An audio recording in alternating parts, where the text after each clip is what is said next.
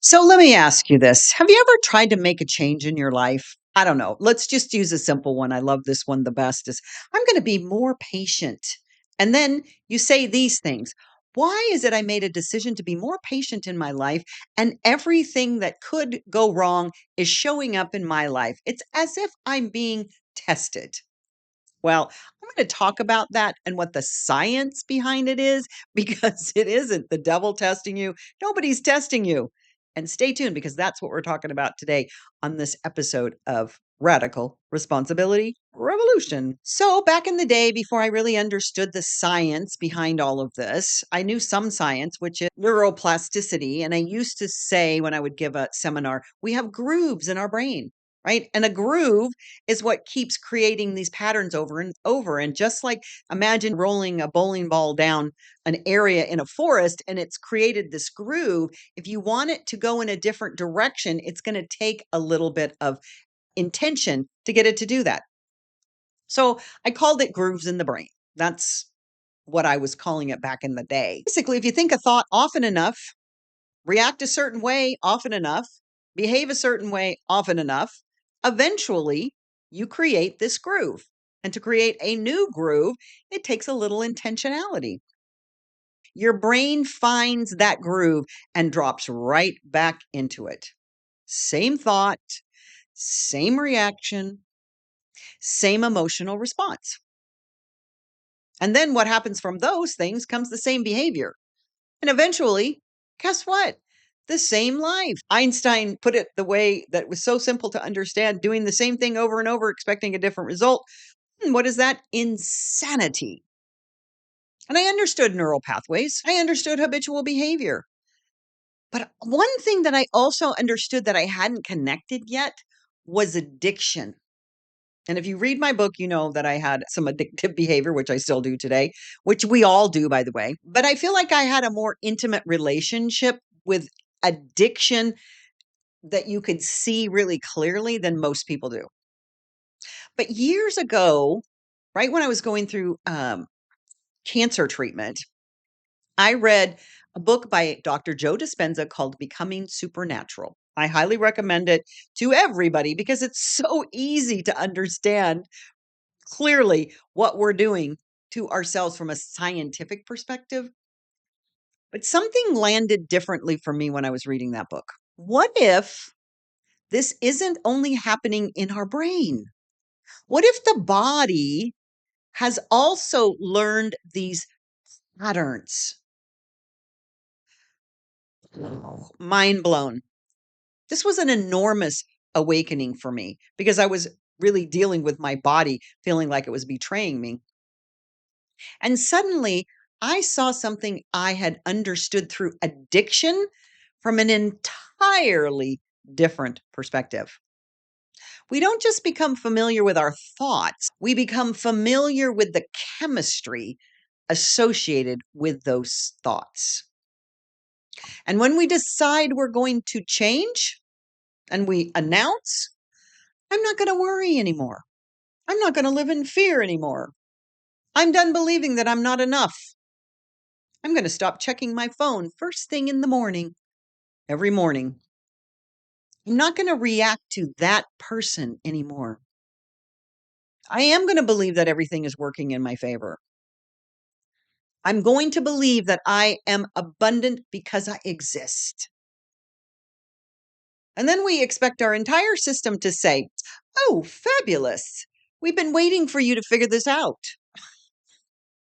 No.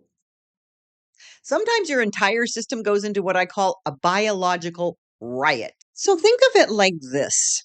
For the last 10, 20, 30 plus years, your body has memorized the feeling of whatever it is that is creating this suffering for you. The belief that you're not good enough or you don't have enough or these people trigger me. And here's what happens biologically with your chemistry. Every single time you thought that thought, which is typically stressful, your brain produced a chemical signature, cortisol or adrenaline or norepinephrine. and your body consumes it. Your cells have these little receptors, which I learned back in the day when I went to my first rehab, that these receptors are these little tiny mouse. They're like Pac-Man. And you've been feeding them the chemicals of victimhood, of poverty, of not good enough, of resisting, of knowing that you are not meant to be the beautiful human that you came here to be. These chemicals of fear. And your cells then begin to develop a tolerance. And being an addict, I know how that works. You start to need a higher dose of whatever that chemical is that you've downloaded into your biology to feel normal. So you have to keep feeding it the fear and the anxiety and the not good enoughness that creates those chemicals just to feel normal. And when you decide to ignore that reality, when you decide to sit in silence and withdraw your attention from the chaos, you begin to cut off the supply line. You're putting your own body, just like an addict, into cold turkey withdrawal. I want you to sit with that for a second, because if you begin to see and become aware that your body is saying, I need that, like an addict, that feeling that you have got it addicted to by downloading that fear, that anxiety, and all of those things that show up in that chemical reaction, that you are craving that. You have to say, "Oh, wow. So I have to go into what an addict does and basically go cold turkey because it's not gonna change any other way." And if you've ever made this serious attempt to change yourself and wondered, "Why is the old version of me suddenly getting louder?" Because that's what it does. It's like, "We aren't going to change." Your body is in continuous learning mode based on what you're sharing with it. So let's bring this down to the 3D place called Earth for a minute. Your brain and your body are constantly learning from repetition. That's how we program this beautiful thing called ourselves. And when you repeatedly encounter stress, your brain gets better at recognizing anything, those cues associated with that stress. And your autonomic nervous system plays right along with the program. Hormones and neurotransmitters, oh, they're playing too. Everybody's participating. Your attention participates. Your behavior participates. Everybody's on board with the program. And eventually, the response becomes incredibly efficient. I have people say all the time that you're activated or you're triggered or whatever, right? Like as if we have no control over our reaction or response. That's just information feedback loop to say, what is it that I'm addicted to? What feeling am I addicted to? And what feeling do I want instead? You don't have to sit down every morning and consciously decide, today I think I'll feel anxious. It just happens. It's actually so amazing. And we should be looking at it as how powerful that is, that we have been able to program ourselves that way. But instead, we look at it as like, oh, I'm a victim. I didn't mean for this to happen. But here's the thing, your brain recognizes the pattern, and the body feels the chemicals that it wants to keep being addicted to. And off we go. And this is one of the reasons I don't believe consciousness work can be reduced to standing in front of the bathroom mirror saying, I'm abundant, I'm abundant, I'm abundant. While every other part of you, your biology is screaming, we're all gonna die. Now, positive thinking isn't useless. Don't get me wrong. I mean, you have to start looking at it from a different perspective. And that's why the meditation that I have, everything is working in your favor, is a great place to start every single day. Repeating a sentence while rehearsing the opposite emotional state all day long isn't transformation. You're just rehearsing the old reality far more often than you're rehearsing the new one. So you have to begin to think about that you are the creator of this life, which is a play, and you keep rehearsing the old one. And what has happened over time is this old state has become so familiar. And that word is so important, familiar, because familiar and desirable are not the same thing. We can become profoundly familiar with things we don't consciously want. I know you could probably come up with 3 or 4 of them right off the top of your head. Chaos can actually become familiar. Urgency can become familiar. Oh my gosh, I'm the original workaholic. I am the original recovering workaholic because that urgency, I had programmed my body that it loved that chemical um, reaction that I was getting from the urgency. Let's do this faster and better. Not-enoughness is definitely familiar for most people. Being disappointed over and over and over when you say, "It always happens to me."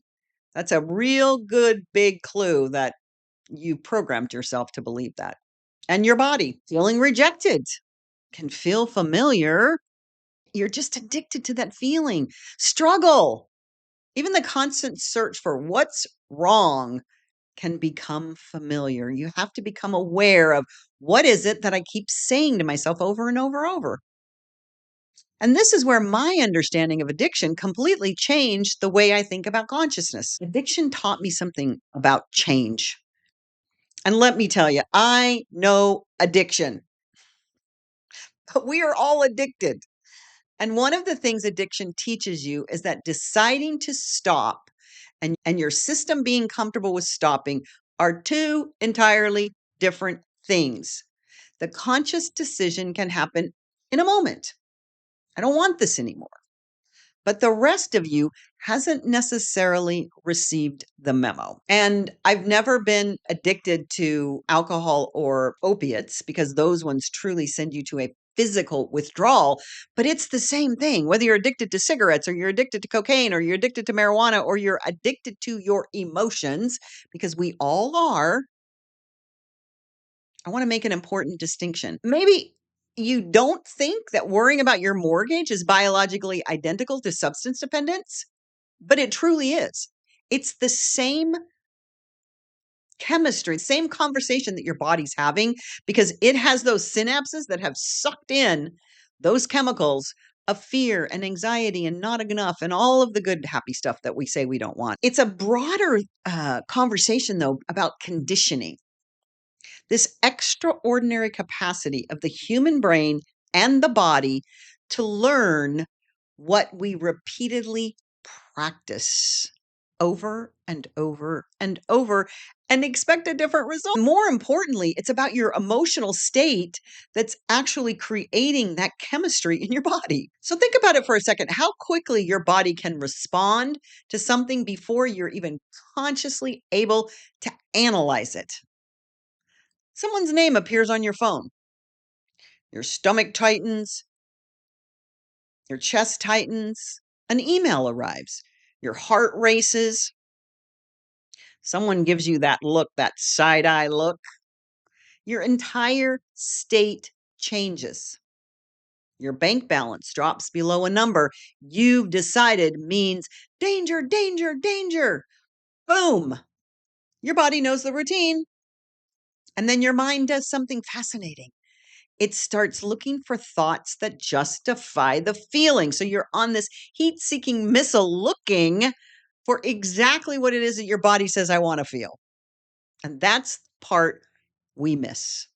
We assume that every thought begins in our rational conscious mind. No.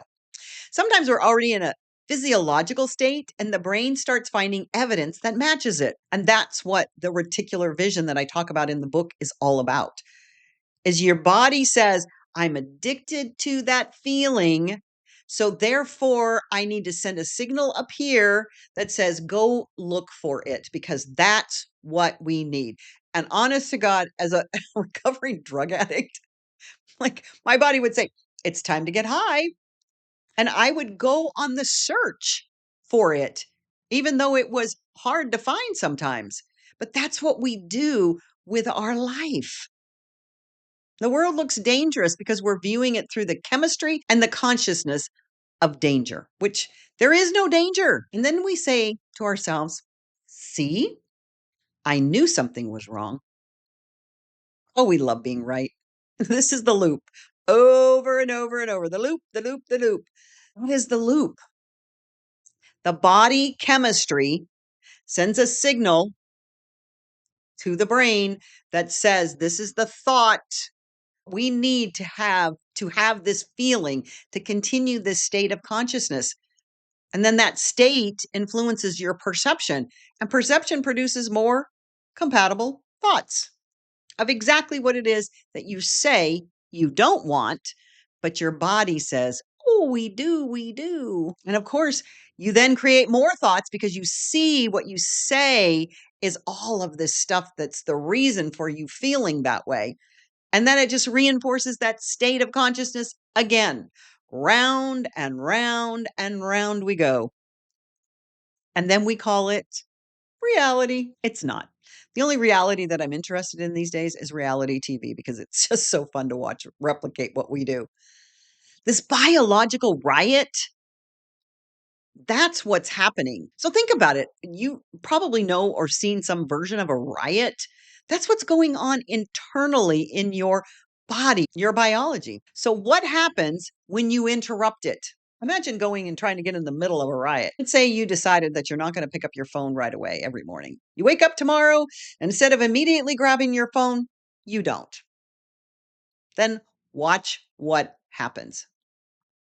Some of you might lie there for approximately 11 seconds before your hand starts creeping toward the phone like it has its own central nervous system. Just checking. I'm just checking the time. Sure you are. Sure you are. Then comes, I should see if anybody emailed me. Well, I have the phone in my hand. Why not? I wonder what's happening out there in the world. Maybe somebody needs me. What if something happened overnight? And before your feet have touched the floor, the outside world has been invited into your consciousness through email, through text, through news, through social media, other people's emergencies, and the worst, other people's opinions that are driven by an algorithm that teach you how to think, other people's lives. And now your brain has been handed its assignment. And before you've consciously decided who you're going to be today, you've allowed the world to tell you. Happens all the time these days. This is why it's so important, those first few moments of the morning. Because if we are actually participating in the creation, the co-creation of our lives, then I don't want CNN, Facebook, Gmail, or anybody else's text message being the first author of my consciousness right off the bat in the morning. I want to be there first. When you begin doing that, the old patterns may protest. That's why I love this meditation. Everything is working in your favor. It's just 5 minutes in the morning, but that should be in replacement to you picking up this phone first thing every morning. So the biological riot is all those things that you feel: restlessness, boredom, the urge to check who knows what, a sudden thought about something you forgot yesterday that seems to have filtered its way into your today, this compelling desire to reorganize a sock drawer, that's going to help. Anything except sitting still long enough to encounter yourself without the familiar stimulation that reactivates the addictive chemistry in your body. And instead of deciding, I'm terrible at meditation, or my mind won't shut up, what if you became curious? What if you said, oh, there it is. That's the old groove. That's the old addictive behavior. That's the familiar pattern asking to be rehearsed again today in this present moment. And instead of fighting it, you just observe it. This brings me to the first step in this process of shifting your state of consciousness. Step one is become the watcher of the thinker. Awareness. That's where this journey begins. Always, not judgment, awareness. There is an enormous difference between I can't believe I'm thinking this crap again and, interesting. Look at the thought I just had. One keeps you inside the thought, the other puts you in the observer's chair. One of the most powerful spiritual teachings I have ever encountered is the invitation to become the watcher of the thinker. Because your thoughts are not you. If you can observe the thought, then you are not the thought. Ooh, that's huge. If you observe the thought, you can notice, oh, there's my not enough story again, showing up in a different costume. There's that fear story. There's my nobody wants what I have story. There's my money is running out story. Very common these days. There's my everybody else is ahead of me story. All of these thoughts are just parts of a story. And you don't have to wrestle it to the floor. You don't have to pretend it isn't there because it is there. And you don't even have to replace it immediately. First, first, first, just notice it. Become aware of it. Because you cannot consciously change a program you're unconsciously running unless you're aware of it. I know that in the 12-step program, step one is came to know that we were powerless over alcohol, drugs, or whatever. Once you say, oh, I've been powerless because it's an unconscious thing running in my life, I've become powerless over it. The next step is came to believe that a power greater than myself could change this. That's step two in that 12-step program. Awareness, though, if you don't become aware that you are addicted to something, which is your life, you just let the unconscious thing keep running you. Awareness creates the space. And inside that space, this is the beautiful part, is choice. And then step two, you have to begin to change this dynamic, but own the first moments of your morning. Because that's when we set the tone for the day. We set that chemistry on the path. So before the phone, before the email, before the social media, before the news, before you allow the physical world to start telling you what reality is today, you decide your intention. You decide your intention. This doesn't need to take an hour. It can take minutes. That's why I love this meditation. Everything is working in your favor. Ask yourself, who am I being today? Not what do I have to get done? You don't have to get done anything. Who are you being in this very moment? Who are you going to be throughout the day? What do you want to experience? What state do you want to practice? What would you love to create? And then feel into that reality before the evidence arrives. Before the evidence arrives that your body says, we are going to show her she doesn't know what she's doing. Because that's the training. You get to say, this is my reality. The sad thing is most humans say, when my circumstances change, then I'm going to feel differently. Science has proven now that is not how the world operates, how the universe operates. When the money comes, I'll feel abundant. When the relationship arrives, I'll feel loved. When the audience grows, I will feel significant. When somebody validates me, I'll believe in myself. And when everything works out, then I'm going to relax. Creation reverses that relationship. You have to begin practicing the internal state to change that chemistry before the physical evidence confirms it. Because if you are still operating from that same chemistry, you will absolutely keep creating the external reality that you say, oh, yeah, see, it doesn't work.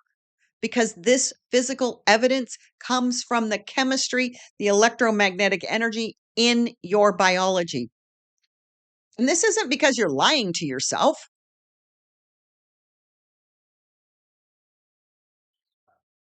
It's because you no longer are allowing yesterday's evidence to dictate today's consciousness.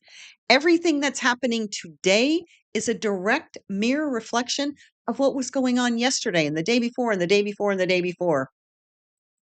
So step 3 is remember that you are the author. This is the part I want you to remember throughout your day. You are the author, the projector, and the screen. You're not merely a character wandering helplessly through a movie somebody else wrote.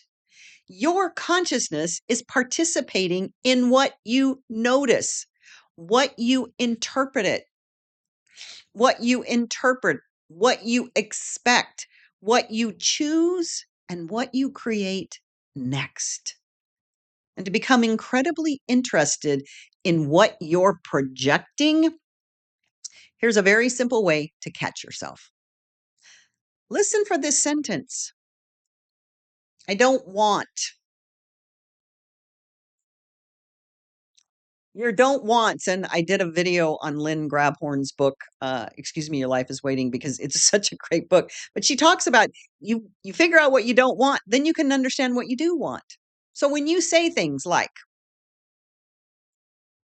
I don't want to struggle. I don't want to be alone. I don't want another unexpected bill. I don't want this business to fail. I don't want to feel like this anymore. Hmm. Okay. But what do you want? This is not pretending unwanted circumstances don't exist. You're going to have to live in that reality for a minute because you created it and now we're creating a new one. If there's a bill on the table, there's a bill on the table. It doesn't have anything to do with your beingness. And I'm not asking you to chant your way out of opening the envelope. Radical responsibility Radical responsibility means we deal with the physical world because it's a reflection of what's going on internally. And if we don't have to allow the physical circumstance to become our identity, then we become the creators. So handle the bill, make the call, have the conversation, take the action, and then consciously choose what you're creating beyond it. Move your attention toward the desired state, peace, freedom, connection, wealth, vitality, joy, purpose, whatever it is for you. Stop rehearsing the unwanted future, which is your past, and then wondering why your body keeps experiencing it in the present. It's just doing what you told it to do. And then step number 4, rehearse a different state every single day.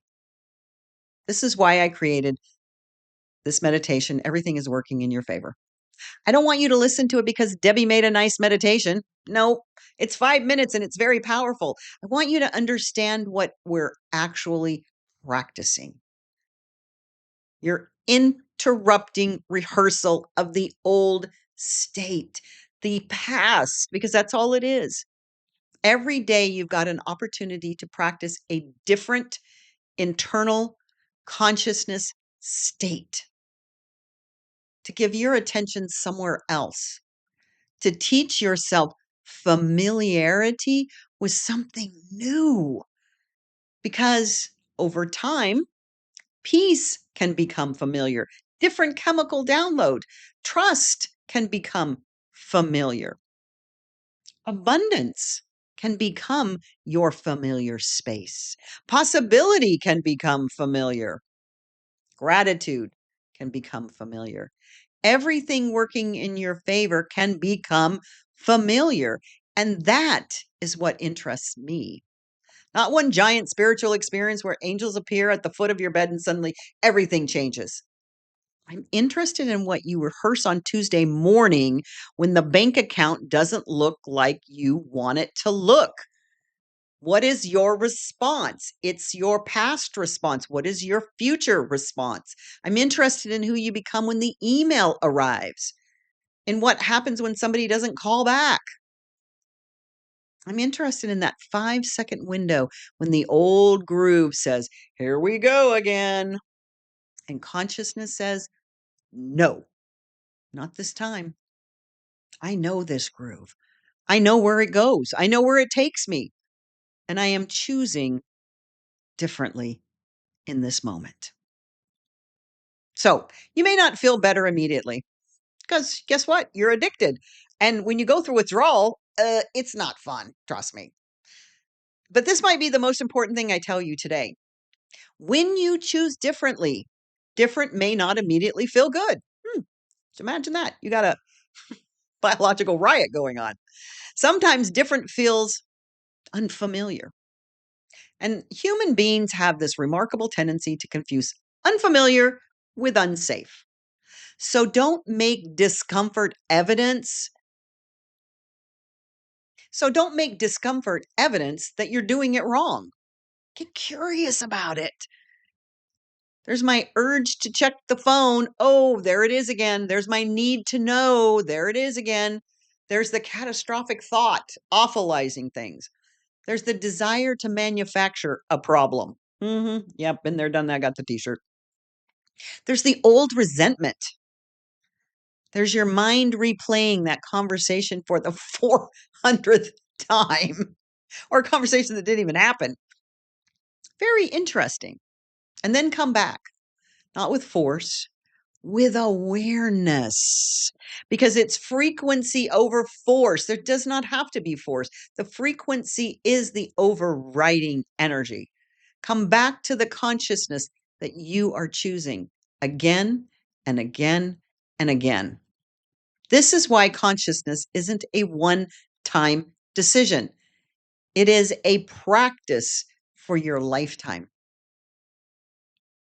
And guess what? You get this new groove. You new groove. I used to call these patterns grooves in the brain, and I still love that image. But now I see it as something so much bigger. It's a holistic system. You do have grooves in your brain, but you also have chemistry in your biology.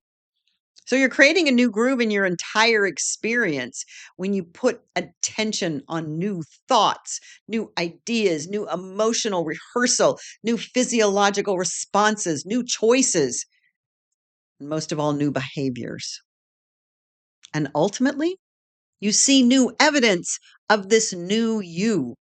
Because once you begin behaving differently, noticing differently, and choosing differently, the life emerging from those choices begin to change. It seems like a miracle, but it's not. And eventually something fascinating happens. The thing that once felt foreign is now your familiar feeling. You catch yourself responding differently. You think, wow, how did that happen? Something happens that would have sent you spiraling just 6 weeks ago or 6 months ago, and it doesn't. Not because the world stopped being the world, because you are no longer the same observer. That is true transformation. So, do this 4-step practice for the next 7 days. I want you to experiment with it. You be the researcher. That's step one, awareness. Become the watcher of the thinker. Don't immediately believe every thought simply because your brain produced it. Your brain lies. Notice the groove that you've created. 2, protect your morning. Before you touch your phone or anything outside of you, consciously choose your intention and the state you're practicing that day.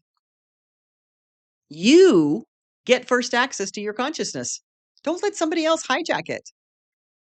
Not the internet, not anything, not people. Remember that you are the author, the projector, and the screen. And when you notice yourself obsessing about what you don't want, deliberately turn your attention toward what you are creating. Then take whatever practical action the physical situation requires. And then 4, every day, listen to the Everything is Working in My Favor meditation because it will set your day on this trajectory that everything is working for you. It's not passive, it's rehearsal. Let yourself practice what trust feels like. Will you do it expertly the first time or 12th time? Probably not. But you have to begin to start somewhere. Imagine what possibility feels like, what it feels like to stop expecting life to attack you. Give this new state some airtime. And I want to leave you with this. Maybe the reason changing your life has become so difficult isn't because you aren't disciplined enough. That's not it. Maybe you have simply underestimated how thoroughly you've practiced being the person you have been. Years of rehearsal created that version of you and created that addiction to that chemistry. So have compassion for the biological riot when you stop giving that old pattern what it wants, more of that drug. Observe it. Smile at it if you can. Oh, hello, hello, there you are. And choose again. You don't have to conquer yourself. You don't have to hate the old version of you. That version got you here. But you don't have to keep rehearsing that role either.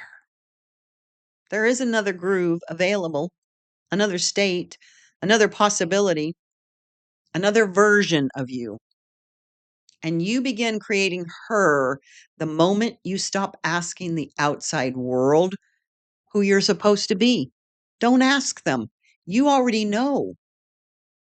And you can remember you are the author, you are the projector, you are the screen. So, what are you projecting today?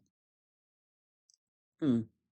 And what if, just for today, you were to practice the frequency of knowing that everything really is working in your favor, no matter what it looks like? Stay tuned for another episode. As always, y'all come back now, you hear?